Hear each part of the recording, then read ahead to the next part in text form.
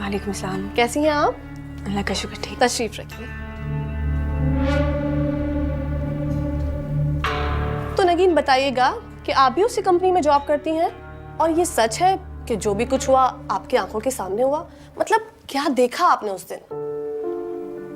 हम दोनों उस दिन साथ ही ड्यूटी पर गए थे और ये हादसा मेरी आंखों के सामने ही पेश आया। और उन दोनों के बीच कुछ इख्तिलाफ था? देखिए, इन सारी बातों का आज के शो के मौजू से क्या ताल्लुक है? देखें मिस नगीन, हम तो सिर्फ इतना जानना चाहते हैं कि वो शख्स कौन था, उसका क्या ताल्लुक वास्ता था फरियाल के साथ, वो उससे शादी करना चाहता था या सिर्फ दोस्ती रखना चाहता था।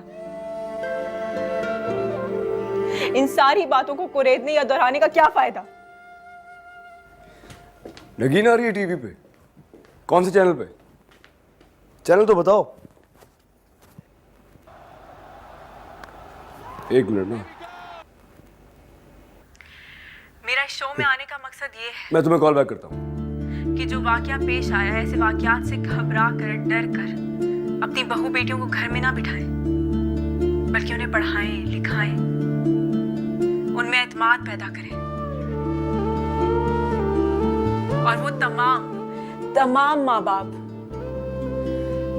जो सिर्फ अपनी बेटियों की तरबियत पे तवज्जो देते हैं, वो अपने बेटों की तरबियत पे भी तवज्जो दें। फरियाल के साथ पेश आया, वो किसी के साथ भी पेश आ सकता है, आपके साथ पेश आ सकता है, उनकी अपनी बेटियों के साथ पेश आ सकता है, किसी के साथ भी पेश आ सकता है। फरियाल सिर्फ अपने वालिदैन की ही नहीं, बल्कि पूरी कौम की बेटी थी। जो हादसा फरियाल के साथ पेश आया, उसके बाद मुल्क की तमाम बेटियों को यकजा हो जाना चाहिए। अगर आज भी इस मुल्क का मीडिया और उसकी आवाम इस जुल्म के खिलाफ खड़ी हो जाए एक साथ, तो खवातीन पे होने वाले जुल्म के खिलाफ बहुत कमी आ सकती है। उसके लिए जरूरत है तो हम सबको एक होने की, बस।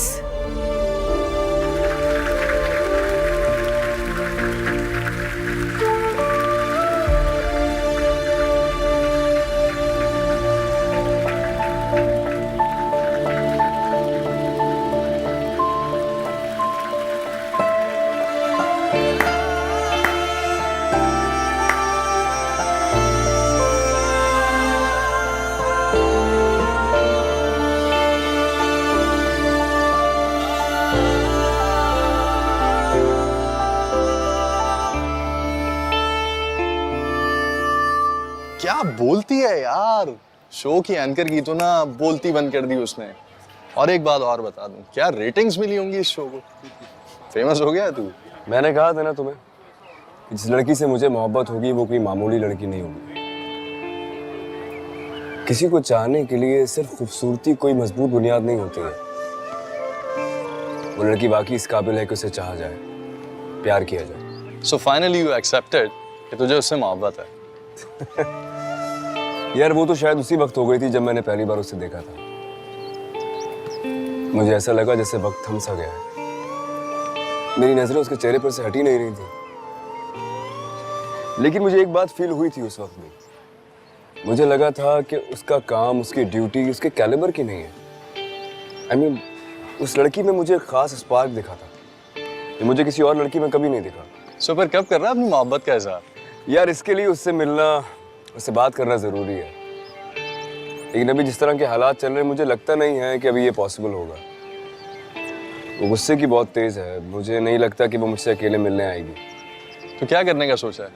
डायरेक्ट ही प्रपोजल सेंड करेगा? नहीं यार, पहले बात करूंगा उससे।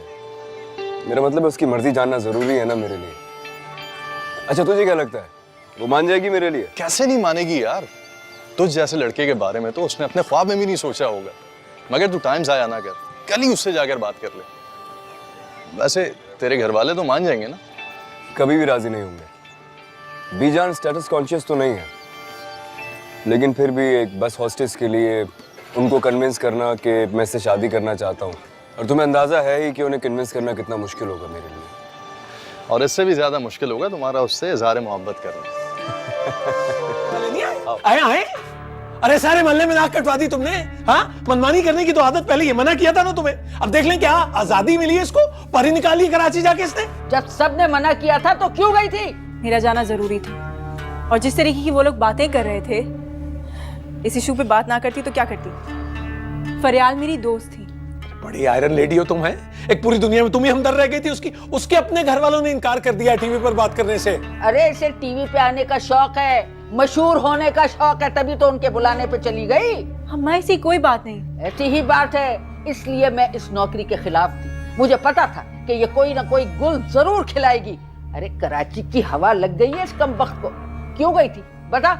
उस आवारा लड़की के लिए बोलने टीवी पे क्यों गई थी?